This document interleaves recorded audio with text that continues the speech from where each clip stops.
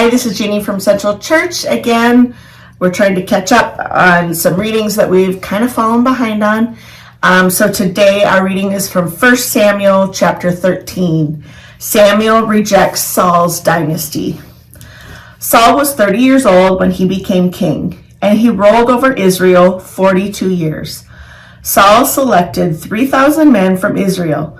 2,000 of those were with Saul at Michmash in the hills of Bethel, and 1,000 were with Jonathan at Geba in Benjamin.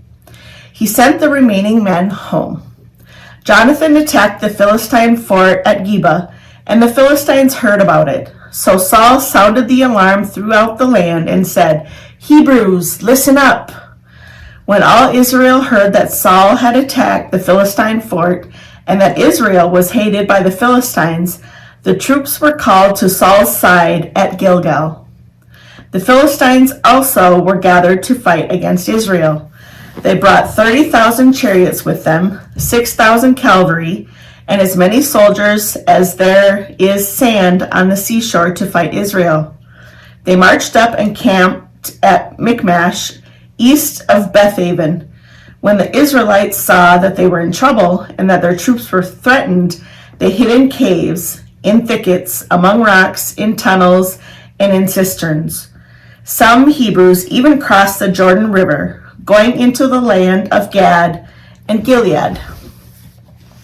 Saul stayed at Gilgal, and the troops followed him anxiously. He waited 7 days, the time appointed by Samuel, but Samuel didn't come to Gilgal, and his troops began to desert.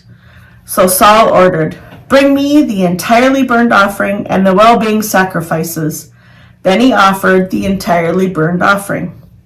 The very moment Saul finished offering up the entirely burned offering, Samuel arrived. Saul went out to meet him and welcomed him, but Samuel said, "What have you done?" "I saw that my troops were deserting," Saul replied. "You hadn't arrived by the appointed time, and the Philistines were gathering at Michmash. I thought the Philistines are about to march against me at Gilgal, and I haven't yet sought the Lord's favor. So I took control of myself and offered the entirely burned offering." "How stupid of you to have broken the commands the Lord your God gave you," Samuel told Saul. "The Lord would have established your rule over Israel forever, but now your rule won't last. The Lord will search for a man following the Lord's own heart, and the Lord will commission him as leader over God's people because you didn't keep the Lord's command." Samuel got up and went on his way from Gilgal, but the rest of the people followed Saul to join the army, and they went from Gilgal to Geba in Benjamin.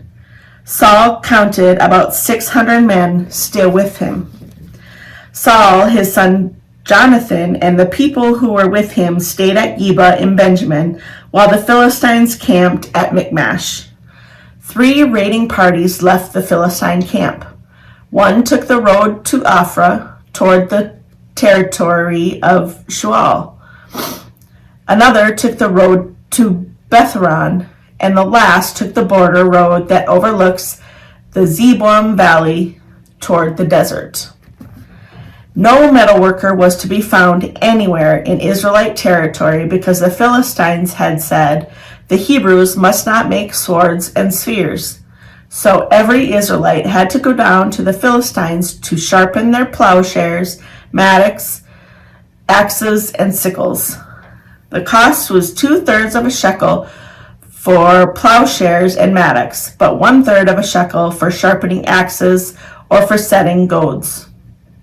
So on the day of the battle, no swords or spears were to be found in the possession of any of the troops with Saul and Jonathan, but Saul and his son Jonathan had them.